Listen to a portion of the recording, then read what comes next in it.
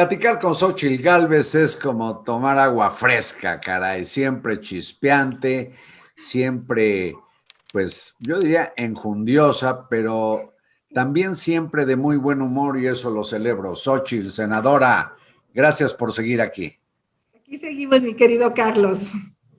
Bueno, ya hablamos de la tontería que firmaron algunos de tus compañeros en el Senado, ya le pusiste antídoto con la asociación o ayuntamiento del PES con Morena, ya creo que podemos darle vuelta a esa hoja, pero te quiero preguntar muy en serio, ¿qué visión tienes sin que esto te haga pues no sé, bruja con una esfera para leer el futuro, pero ¿cuál es tu visión de lo que está por hacerse con la oposición para las contiendas electorales que vienen, incluida la sucesión presidencial, tomando en cuenta que la alianza parece que ha probado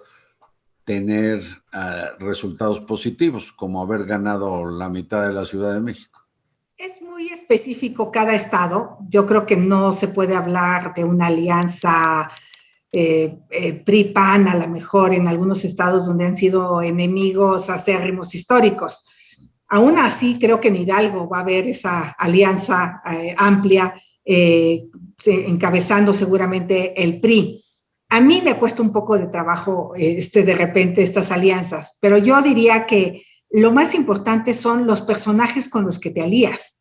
O sea, tiene que haber una enorme decencia en los candidatos que se escojan. Tiene que haber una claridad de para qué se quiere ganar los gobiernos. Y tiene que haber un programa de gobierno para el que te alías. Por supuesto que este gobierno se ha encargado de unir a la oposición, pues por temas muy claros, por ejemplo, con dos visiones. O estamos a favor de las energías limpias o queremos seguir quemando combustóleo y condenar a México al pasado. Queremos entrar a la industria de los coches eléctricos, de la micromovilidad, de la tecnología del siglo XXI, o queremos seguir con los coches de combustión interna. Eso es en materia tecnológica. Queremos un país donde claramente hay una desigualdad, pero hay dos visiones de cómo resolver el tema de la pobreza. Uno es haciendo que los que generan el dinero paguen los impuestos justos, se les aplique la ley, pero que sea el sector privado el que haga eso, o el gobierno se convierte otra vez en las empresas del Estado corruptas, ineficaces, que ya demostraron, o sea, todo lo contrario. CFE es muy mala generando electricidad. Bueno, son dos visiones, pero Xóchitl, disculpa que te interrumpa. Yo te pregunto directamente, ¿le ves posibilidades a esta alianza opositora, posibilidades de transitar, dicen ustedes, con éxito la elección presidencial en el 24? Nuevamente, con un personaje limpio, con un personaje que concilie los intereses de todos, sí. ¿Lo hay? ¿Existe ese personaje? ¿Existen personajes así? Pues mira, hoy no se visualizan claros. Obviamente Ricardo Anaya. ¿Hay simientes o hay prospectos? Sí hay prospectos. Yo creo que claramente hay prospectos. Hay mexicanos que tienen características de honradez, de capacidad, de talento. Pero obviamente es tan aplastante el presidente todas las mañanas que él califica a quien ya dijo que Delfina, aunque se haya chingado 13 millones de los empleados, es una santa porque fue para el movimiento, aunque sea un delito. Por cierto, hoy la fui a denunciar penalmente. ¿Ah, sí? Sí, claro, porque lo que hizo fue un delito y está tipificado claro. en la Ley General de Delitos Electorales. Sí, cobrándole diezmos a los empleados del ayuntamiento de Texcoco. Está prohibido y está penado de 2 a 7 años de prisión. Entonces, más allá de lo que diga el presidente, hay que aplicar la ley. Entonces, seguramente cualquier personaje que saque la cabeza, pues el presidente se va a encargar de caerle, aunque sea con una mentira. Entonces, creo que sí se va a unir la oposición, sí veo que es una posibilidad, pero yo no daría a ciegas un voto. Obviamente, yo busco encabezar ese bloque opositor en la Ciudad de México, eso ya lo he dicho claramente, pero Ahora, como... quiero recordarle a la audiencia que Xóchitl Gálvez es ingeniera y está especializada en todo lo que son eso que le llaman edificios inteligentes, nuevas tecnologías, etcétera. Pero además, esta mujer proviene de un grupo, pues, autóctono de acá, de México. De Hidalgo. Pues, Ñañú. no, de México, en el estado de Hidalgo, y por ella sé que el término otomí está mal aplicado, porque era el término despectivo que usaban los tenochcas con los ñañús. Exacto, exacto. Bueno, lo correcto son ñañús. Bueno, eres, se diría, una indígena ñañú.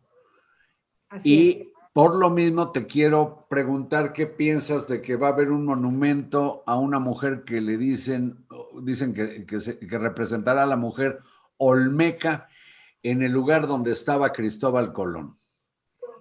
Mira, yo creo que la jefa de gobierno se está tomando atribuciones que no le corresponden, que le corresponden a los historiadores.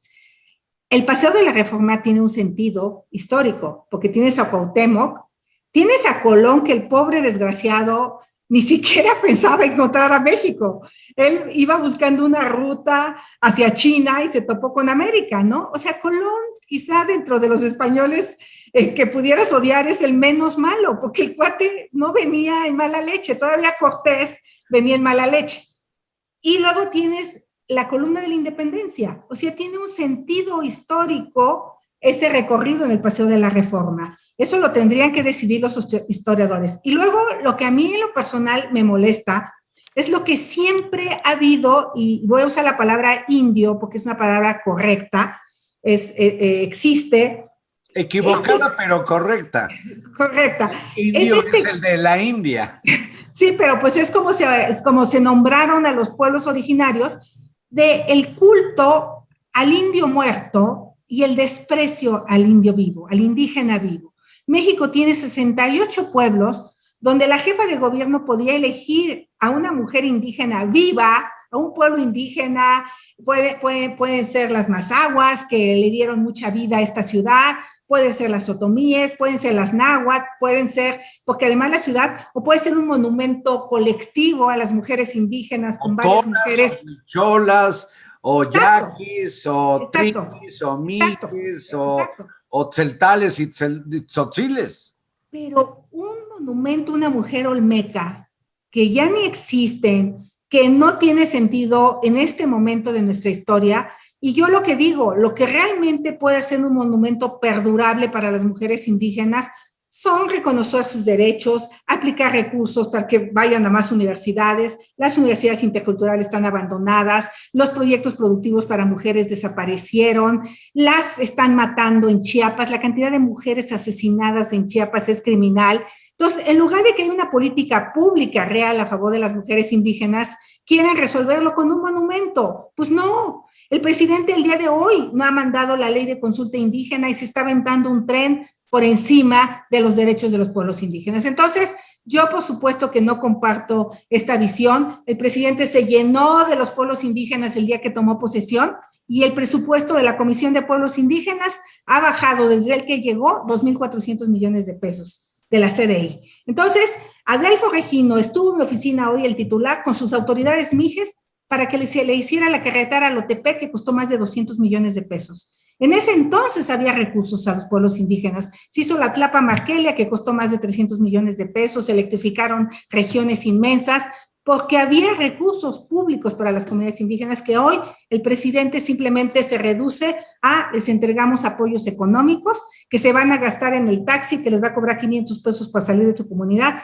porque está hecho pedazo de camino. Entonces, a mí esas cosas de cambiarle el nombre de la noche triste a la noche victoriosa, Pero si se aceptara esto de rendir homenaje a seres ya muertos y no en tu idea de más bien honrar a los indígenas con obras, dicen obras son amores y no buenas razones, con los apoyos en el actual gobierno, ¿qué pensarías? Yo creo que debiera reconocerse, por ejemplo, a Malitzin o la Malinche, porque yo como mestizo me asumo hijo de padres españoles y de madres indígenas. Mira, yo creo que México, el grupo mayoritario son los mestizos. ¿No? Es el grupo mayoritario. Yo definitivamente preferiría que fuera una estatua a la Malinche que una estatua a una cultura olmeca, pero no la pondría en ese lugar. Eso porque, es. En ese lugar tendría que estar el descubridor, porque, o sea, el navegante Colón. Navegante Colón. Colombia se llama Colombia para honrar a Colón. Claro, en y Perú, es el navegante, no es el conquistador, eso, que es muy distinto. Eso. Yo la pondría después del monumento. ¿Sabes dónde la pondría? Después de la columna de la Independencia. A lo mejor donde está la Diana Cazadora. A lo mejor ahí la pondría, ¿no? Como seguir la historia donde ya hay un reconocimiento a nuestro origen como nación, no sé, o en el Zócalo, no sé, pero hay que pensarle porque tiene que ver más con otras cosas, pero no nos vamos a poner de acuerdo porque Claudia no nos va a pelar y va a poner una olmeca ahí que se le dé la gana al escultor. Pues están escuchando, ya escucharon lo que dice una mujer destacadísima en el año de la nana, en el 2000, en la reunión de Davos, se dijo de Xóchitl Gálvez que sería de las políticas más destacadas del futuro, que ya llegó, ya te alcanzó, Xóchitl. Con Monreal. Con Ricardo Monreal en lo político, como los dos líderes que despuntaban en ese entonces. Ya escucharon a Xóchitl Gálvez lo que piensa una mujer indígena ñañú, lo que piensa de este revoltijo que está haciendo con la historia. Te agradezco mucho, Xóchitl. Un abrazo. Yo te mando un beso. Bueno, 2 besos. Gracias, Xóchitl Gálvez. Gracias a ustedes y buenas noches.